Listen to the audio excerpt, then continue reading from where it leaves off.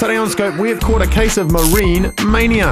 We get the down low on some new species of jellyfish. There is a great bit of DIY science creating a density straw. And we find out all about a project to track all the plastic floating around the oceans. Hello there and welcome to the show. A show where we like to tap into the timeless fascination that we humans have with the world around us and how it works. And for today, we are diving into the oceans to fish out a few prize specimens. Which is to say we're finding some marine science type stories, not actually doing any fishing. But why should scientists, or the rest of us, care about the oceans? I mean, we live on the land after all. But the oceans cover almost 3/4 of our planet, and they're a huge driving force behind our weather and water cycles. Not to forget that they also are a great resource for food. Certainly our planet would not be the same place if all the ocean water suddenly disappeared. And whilst the oceans are incredibly vast and contain enormous volumes of water, we humans can and do still affect them, which is why it's important to keep an eye on things. Antarctica is one of the most untouched and pristine places on this planet.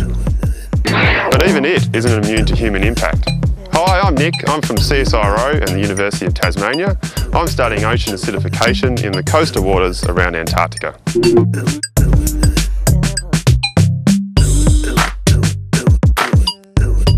But what exactly is ocean acidification?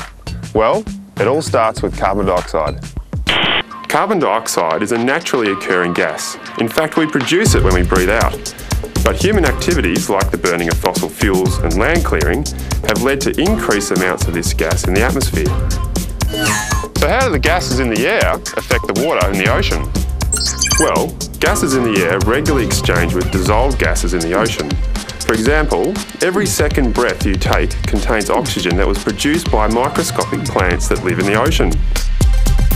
But in the case of carbon dioxide, it doesn't just dissolve. It can react with ocean water to make something called carbonic acid, a weak acid that can change the chemical balance of the water.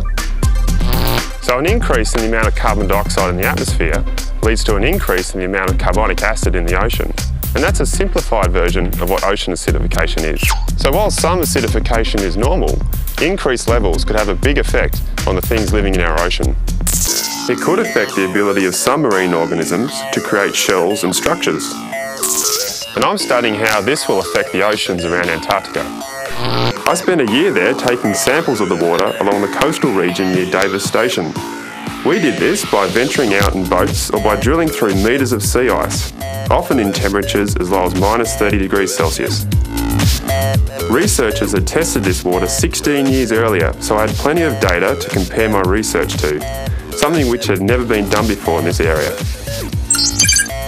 So comparing the data, we found that the change in acidity was much greater than what we expected. This could be due to a few factors. One explanation may relate to the unique circulation of the Southern Ocean, which upwells carbon dioxide-rich water from the ocean depths. So the Southern Ocean is expected to be one of the first oceans in the world to become corrosive to many marine organisms, and this could happen by as early as 2030.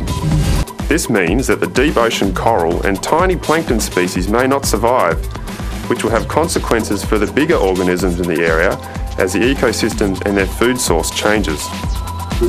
If we can reduce our output of carbon dioxide into the atmosphere, we can decrease the impact that acidification will have on our oceans. Because even a place as far away and as untouched as Antarctica can still feel the presence of our environmental footprint.